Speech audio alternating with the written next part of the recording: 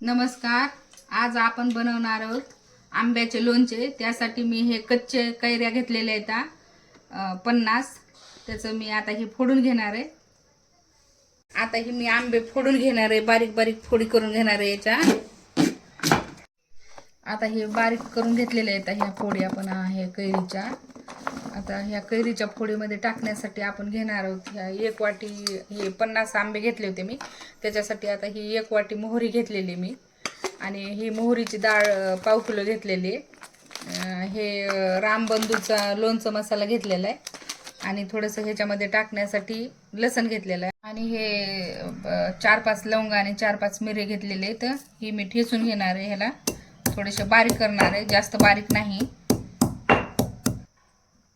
आता ही लवंग आणि मिरे थोडेसे बारीक झालेले आहेत. आता याच्यामध्येच थोडं लसण टाका आणि लसणाला जास्त मोठं मोठं ठेवा, थोडंसं जास्त बारीक नाही करायचं.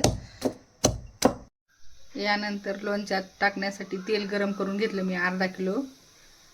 आता ही थोडंसं थंड झालेलं आहे. याच्यामध्ये थोडेसे हे टाकून घ्यायच्या मेथ्या, थोड्याशाच टाकायच्या, जास्त टाकल्या तर कडू लागतात.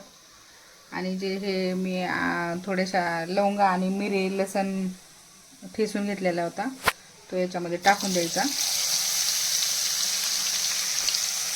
तेल एकदम थंड होऊ द्यायचं.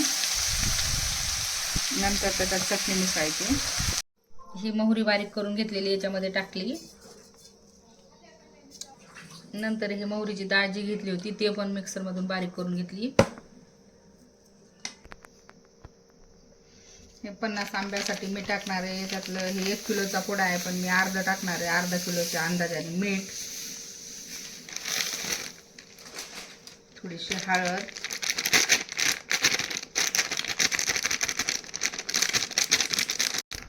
आणि हे लोणच्याचा मसाल्याचे पॉकेट ते पण याच्यात टाकून घ्यायचं.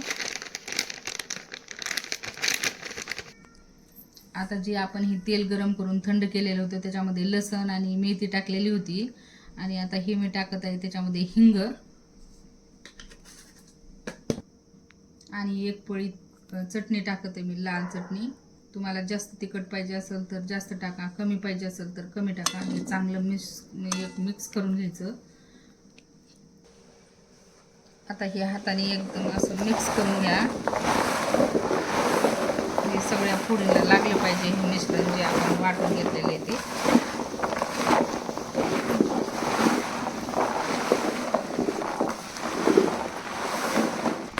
आता हे चांगलं मिक्स झालेलं आहे, फोडीला चांगला मसाला बसलेला आहे हा. आता याच्यामध्ये जे आपण हे तेल गरम करून घेतलं होतं आणि त्याच्यामध्ये चटणी ही टाकली होती ते त्याच्यामध्ये टाकून घ्यायचं.